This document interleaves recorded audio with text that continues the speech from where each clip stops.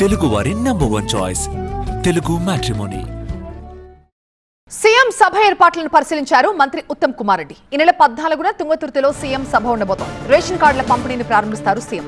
సన్నబియ్యం రేషన్ కార్డుల పంపిణీ చరిత్రాత్మకమంటున్నారు ఉత్తమ్ కుమార్ రెడ్డి. 10 ఏళ్లలో అర్హులకి రేషన్ కార్డులు రాలేదన్నారు. మేం వచ్చాక 89 నుంచి 93 లక్షలకి రేషన్ కార్డుల సంఖ్య పెరిగింది అన్నారు. రేషన్ కార్డుల జారీ అనేది ఒక నిరంతర ప్రక్రియ అన్నారు. సన్నబియ్యం కోసం 13,000 కోట్లు ఖర్చు చేస్తున్నాం. స్మార్ట్ రేషన్ కార్డుల ప్రింటింగ్ పై హైకోర్టులో కేసుంది. ప్రస్తుతం లామినేషన్ కార్డులే పంపిణీ చేయబోతున్నట్టుగా చెప్పారు ఉత్తమ్ కుమార్ రెడ్డి. ప్రభుత్వం ప్రతిష్టాత్మకంగా భావిస్తున్నటువంటి రేషన్ కార్డుల పంపిణీకి సంబంధించి ప్రభుత్వం సన్నాహాలు చేస్తుంది. దీనిపై మాట్లాడడానికి మనతో పాటు మంత్రి ఉత్తమ్ కుమార్ రెడ్డి ఉన్నారు. చెప్పండి, రేషన్ కార్డులను ఎట్లా పంపిణీ చేస్తున్నారు, ఎటువంటి సన్నాహాలు చేస్తున్నారు?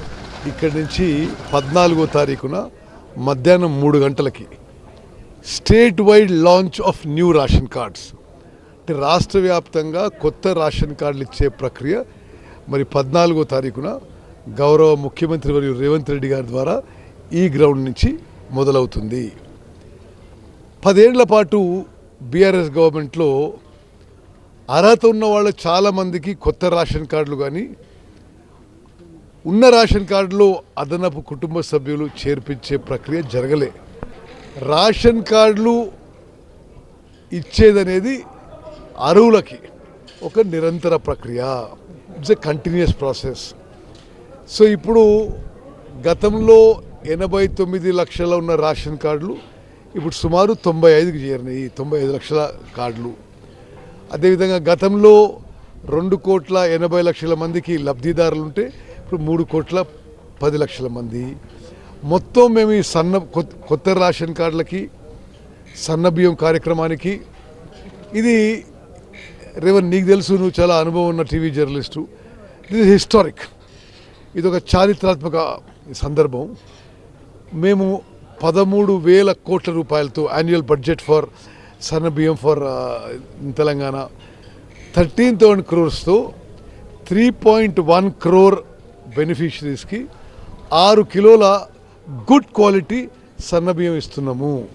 ఎంత ఖర్చైనా సరే తెలంగాణ రాష్ట్రంలో రేషన్ కార్డు ఉన్న వాళ్ళందరికీ మేము 6 కిలోల ఉచితంగా మంచి క్వాలిటీ సన్నబియ్యం ఇవ్వబోతున్నాం.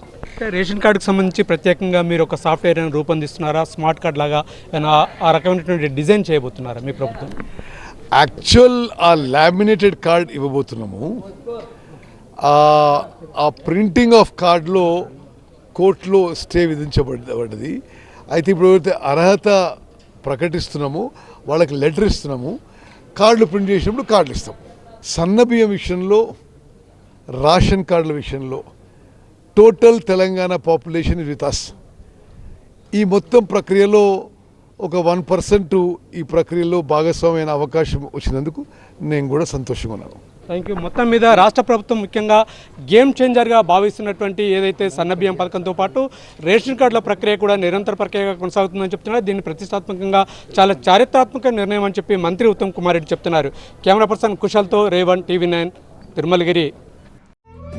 తెలుగు వారి #1 చాయిస్ తెలుగు మ్యాట్రిమోనీ.